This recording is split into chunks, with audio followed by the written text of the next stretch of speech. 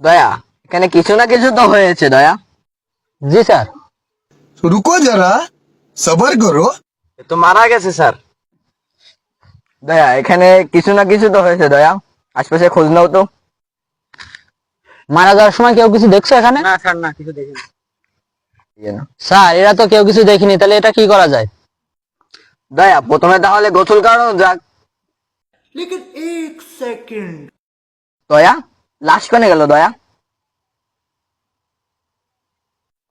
হ্যাঁ, শীতকালে মরে শান্তি নেই, গোসল দিতে যাইতে আমার। আহা, আমি পারি না আর পারি না।